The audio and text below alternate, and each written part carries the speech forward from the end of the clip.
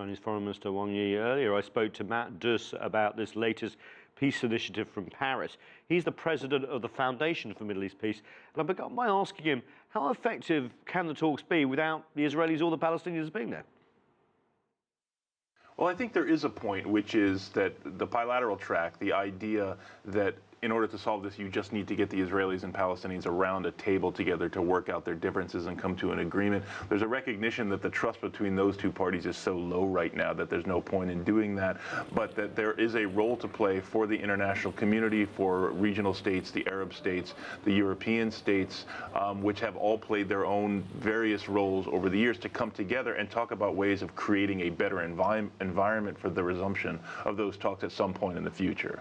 But given where Israel and Palestinians are now, there isn't much trust. Where can that trust building start? Well, I think the sense or the underlying premise of bringing all these parties together is to say that each of us have a different role to play in creating the trust and offering the incentives. The Arab states obviously have a lot to offer in terms of the Arab Peace Initiative, which is to give Israel something it has long wanted, which is recognition and normalization and actually becoming a fully integrated member of the region. Netanyahu himself has, even though Israel has never officially responded to the Arab Peace Initiative from 2002, which is itself kind of odd given what that initiative offers, has, in the face of this conference, has spoken more openly about possibly seeing that initiative as possible. Let's talk about that initiative, because that initiative basically gives a recognition to Israel if they recognize everyone in the Arab world. It's more of a regional peace with Israeli and Palestinian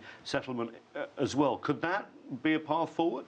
I mean, I think both the United States and its partners in the U.S. have long recognized that the Arab Peace Initiative is a very important step. What it does, as you said, is it's the Arab states, all of the members of the Arab League, offering full recognition and normalization in exchange for an end to the occupation, the creation of a Palestinian state, and the resolution of the Palestinian refugee problem. Obviously, this is an enormous step. Where the problem comes is in the details. What is an agreed upon resolution? What will happen with the settlements? Now we have nearly 600,000 settlers in East Jerusalem and the West Bank. What happens to them? Which settlements stay? Which settlements go?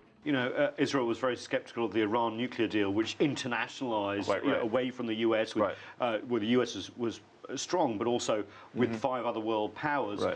Is this the way to go to solve the Israeli-Palestinian conflict? I do think there's a lot about this process that's favorable. First of all, you want to reaffirm, and that's something I think this conference did, and even though there was not much new in the communique that came out of the conference, it does reaffirm the international consensus regarding the end of the occupation, the creation of 2 states. I think there's value in that. And so the question is, how do you mobilize that international consensus moving forward? As you said, that's something we saw with regard to the P5+1 and the Iranians. You had the creation of an international consensus, and you had a UN body, the P5+1, empowered to move forward with that.